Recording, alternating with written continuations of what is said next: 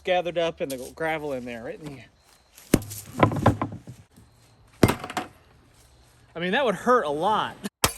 3 and 4 and 5 and 6.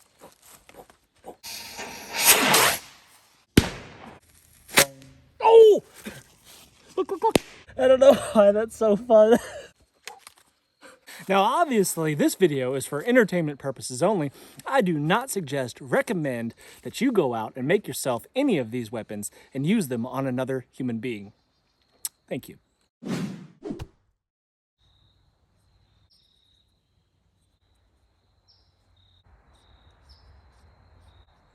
And just like Joe Biden, we're gonna have one earlobe that's not connected to the neck, and one that is, kind of like that.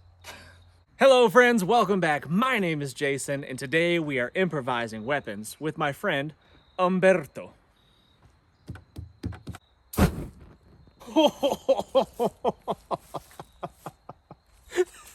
That worked really good.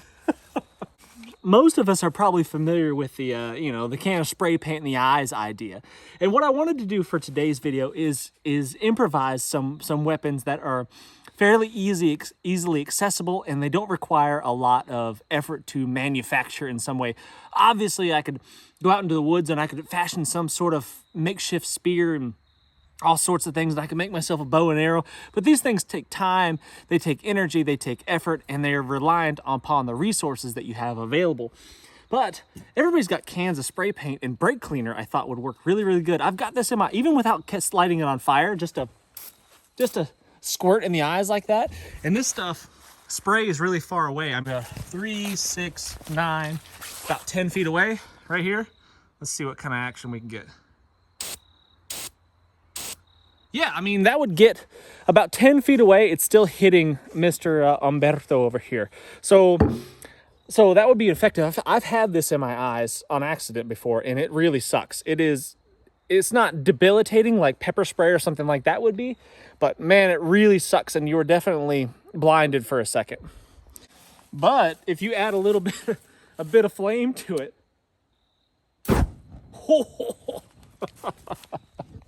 he's still on fire. Watch this. He's still on fire. See the flame that's still going on him? I can just keep dousing Umberto here, and he'd be in bad shape. You set up some sort of makeshift ambush for this active shooter, and you were in a protected, barricaded type position, and you had this ready and handy. Yeah, you could do some damage, I think, pretty quick. Let's see what else we could come up with. I've seen the newspaper thing done before, where you roll up the newspaper, you fold it in half kind of deal, and it makes a kind of an impact bludgeoning type weapon. I don't know how effective that would be as far as immobilizing a would-be bad guy, but I think a magazine would be much more effective. Brace yourself, Umberto. This is going to hurt me more than it's going to hurt you. Oh, safety. Safety first. Oh. Now, would that hurt a lot? I think so. And if you got smacked in the face with it, would it potentially like break your nose? Yeah, probably. It would immobilize you for a moment, but it's definitely not a lethal weapon. I mean, that was a good smack to Umberto's face.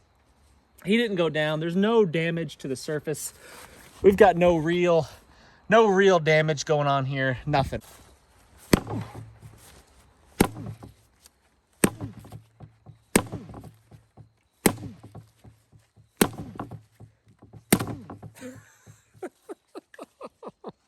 Definitely debilitating, I would say. If you got smacked in the melon with this over and over again repetitively, you'd probably stop doing whatever it is you started doing in the first place. Now, ever since I did a post last week on an attack on an airport, one of the comments has really caught my attention, and the guy was talking about making nunchucks out of a magazine. And I thought, it's kind of silly, but at the same time, sounds kind of awesome. So I think what we'll have to do is use some sort of cordage. Now, in a real situation, I guess you could use, like your shoelace or something like that. But I'm just going to use a piece of paracord here because that's in my pocket already. And we're going to roll up a magazine. I'm going to put a big knot in one end here so it doesn't come out. like that. Big knot on one end.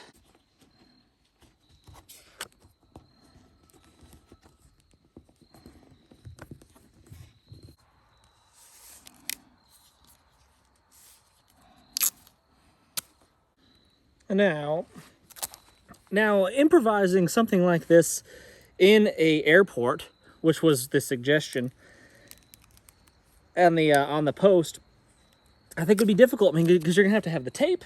So first, you're gonna have to have the tape. You're gonna have to have, well, I guess you could use something other than tape. I'm just not sure exactly what you would use, but I think that will probably work. Just some tape on the ends, and then we'll do the same thing on the other side. So you'd have to have something to be able to keep that together. I don't know. And I'm not sure how long the string should be on nunchucks. I mean, I've seen Ninja Turtles. Well, that's what I'm basing my nunchuck making skills on, is watching Ninja Turtles. Other than that, I'm not real sure. Any other Ninja Turtle fans out there? When I was a kid, man, that was my go-to. I liked the Ninja Turtles a lot. Who's your favorite Ninja Turtle? That's the real question. I always liked Donatello when I was a kid. I mean, everybody liked Michelangelo. He was kind of the fan favorite, but you can't go with the crowd. I always like to march to the beat of my own drum and not do what everybody else was doing. So I was kind of a Donatello fan. He was smart and tough, you know. Had that going for him. Kind of best of both worlds.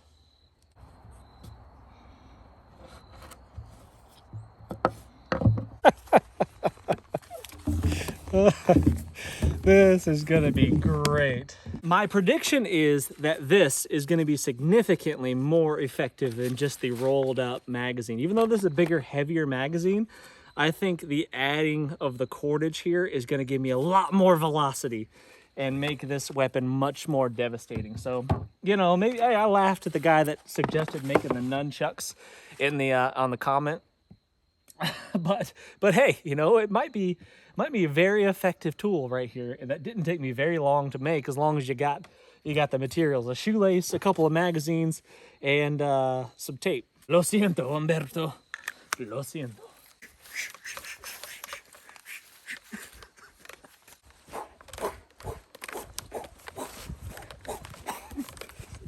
I don't know why I'm making the sound effects while I'm doing it. All right, okay, let's get serious.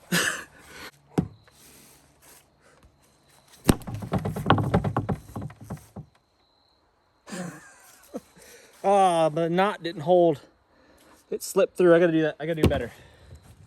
Okay, made some repairs to my nunchucks here. I secured the knot by wrapping the tape over the cordage through there. So even if it slips past the tape, the knot will probably still hold it for the most part.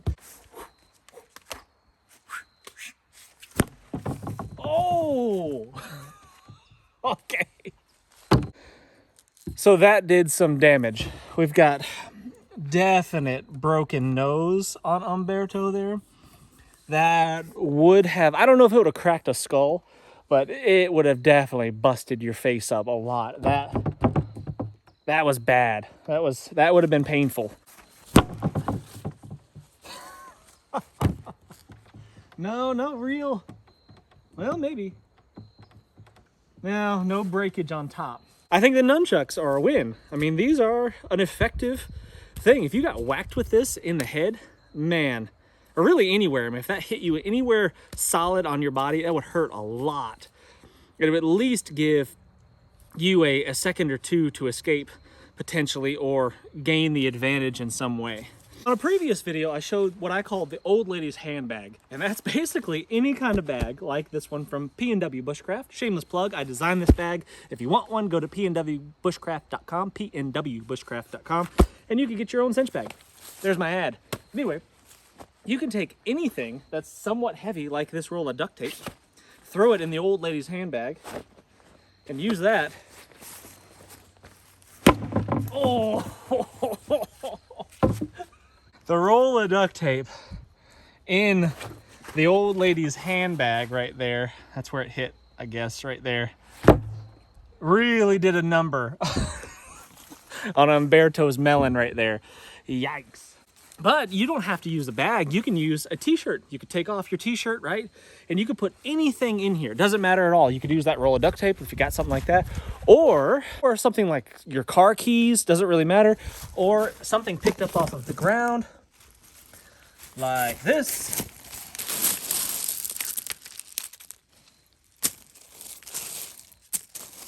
And then just grab the corners of your t-shirt, like that.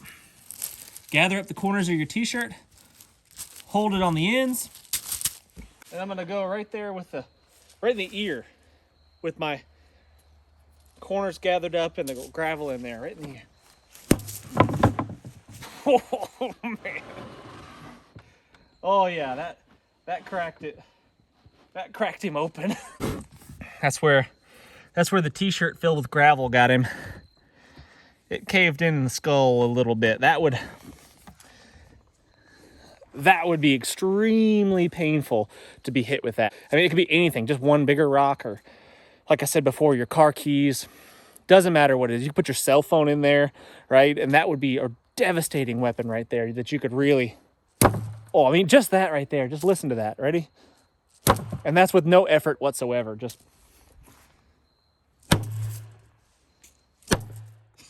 I mean, it's just like the bar of soap in the sock, right? Same kind of principle right there. That is a devastating weapon, and it's not obvious. It's easily concealable, right? Just fold up your t-shirt, put it back in your pocket, right? Throw your cell phone in there, and then bam, slammo jammo. Let's move on to something a little bit more destructive. Let's talk about some classics. How about the soda bottle, beer bottle, or the liquor bottle? Let's see how effective those are. Now, I've never been hit with one of these, and I've never actually hit anybody over the head with one of these, believe it or not.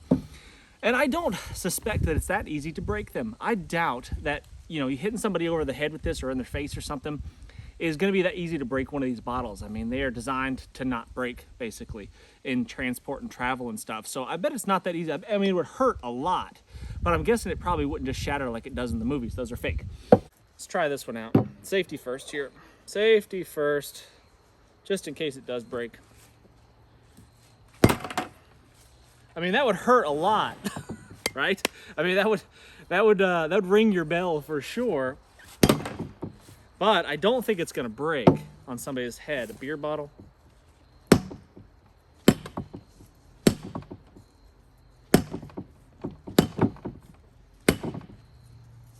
I mean, it's cracking his melon, right? After several hits, it's doing some damage. It's denting in his head here, which is a good thing. But I just don't think they're gonna break that easily unless you hit them on something hard. So we're gonna do that. You know how they always, in the movies, they always break with that jagged end and you've still got your handle left? We're gonna find out right now what exactly happens. Here's my burn pit back here. We're gonna see what happens if I break this thing.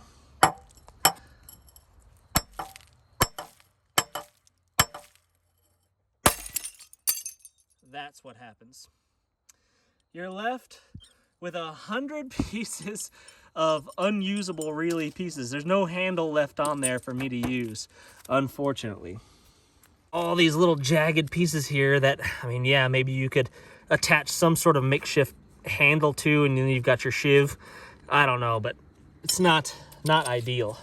This bottle, unbroken, is pretty devastating. I mean, if you got conked at the melon with that, I mean, that would feel terrible. That'd be really, really painful. But if you were able to break it and still had something to hold on to, you'd have a cutting, stabbing-like device too. So let's see what happens when we break something bigger, more like this is olive oil, but you get the idea. Similar to a liquor bottle.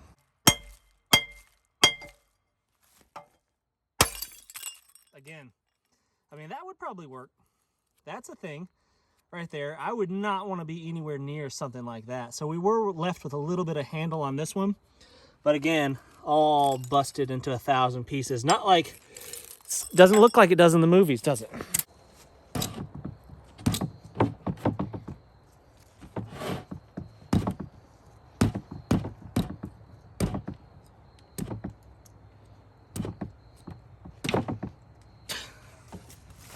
That would be pretty terrible if you got poked with that.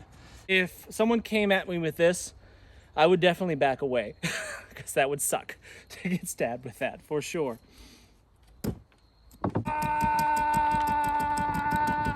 And again, I could go bushcraft myself some sort of weapon, some sort of spear-like device.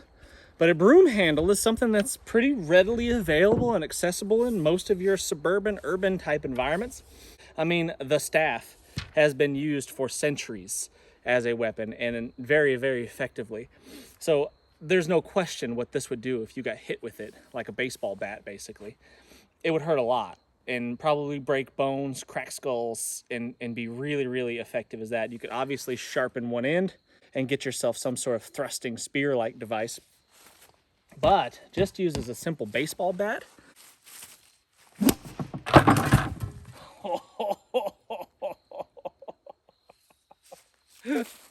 that wasn't even everything I had. That was maybe 50, 75% of what I had. And it was enough to crack my weapon here. And these broom handles, it's not like an impact type tool handle. It's not like an axe handle made of hickory or ash or something like that. These are probably pine, a fairly soft and easily broken wood. But just because it breaks doesn't mean it's still useless. I mean, if I was to break this off further, sometimes, every now and then, I've seen handles like this break off, and you're left with a really sharp end on it. But that right there is just a whole bunch of splinters. He was a little bit damaged in the first place, but that whack, I mean, split him completely open, and that's just a stick, guys. That's all it was, is a stick. You can see exactly where he got hit, right there. That line is where that came right across his face, across the bridge of his nose. My goodness, you would be done. We've got the sharp, pokey, splintery end. Don't you go dying on me, Umberto. And 2, and 3, and 4, and 5, and 6. Oh. I've been looking forward to this one. I think it goes without saying that a big piece of PVC pipe like this could also be very, very effective as an impact bludgeoning type weapon. But if I want to step our game up, we've been talking about up close and personal so far. I mean, I guess with the exception of the brake fluid and setting that on fire, you get about 10 feet of reach on that, give or take. I think we want to step it out just a little bit more. So I'm thinking we're going to make ourselves an improvised RPG. Here, I broke the stick off our bottle rocket. I'm gonna do here, kind of like that. Yep, just like that. Here we go.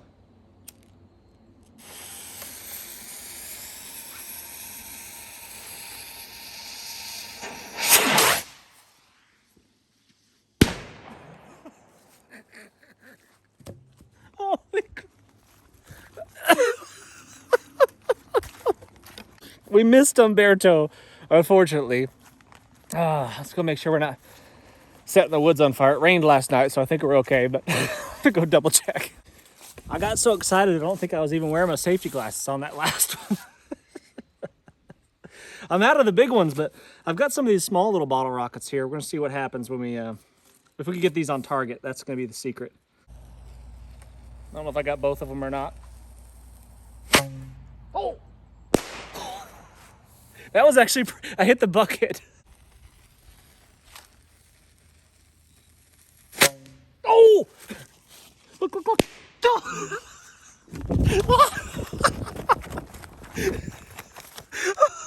Did you see?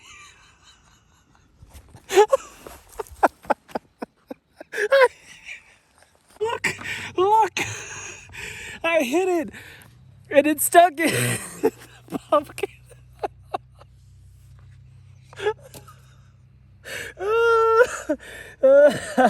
I don't know why that's so fun. So guys, I think we've all learned something really important here.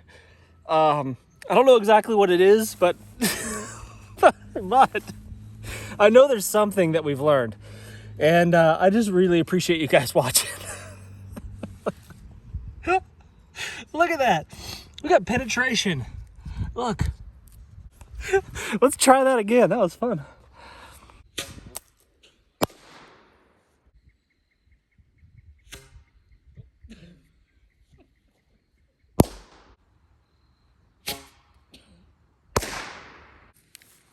Let's go point blank range right in the eye here. See what kind of damage we can inflict.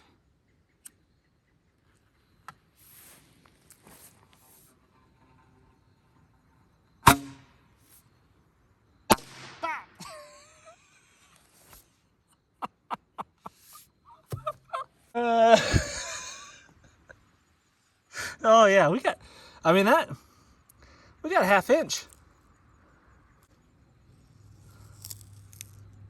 Yeah, we got a half inch of penetration right there.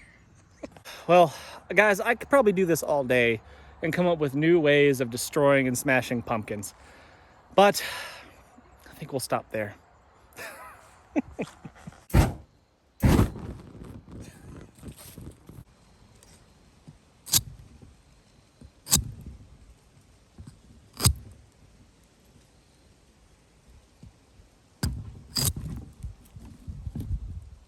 I really appreciate you coming around and watching my videos. Make sure you're hitting the thumbs up, subscribing if you haven't done so already. We'll see you on the next video.